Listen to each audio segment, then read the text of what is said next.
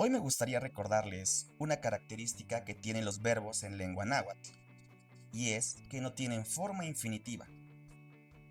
Ahora, si encontramos un verbo en el diccionario, por ejemplo, choca, cochi, nemi, estos verbos ya están en tercera persona. Choca, él llora o ella llora. Cochi, él duerme o ella duerme. Nemi, él vive o ella vive. Por este motivo, utilizamos prefijos de persona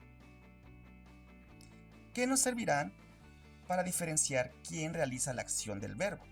Yo, tú, él, nosotros, ustedes, ellos o ellas. ¿Quieren un video más largo donde les explique cómo conjugar los verbos con estos prefijos? Da like, comenta, comparte. No olvides seguirme y aprende lengua náhuatl conmigo. Onkatimomati.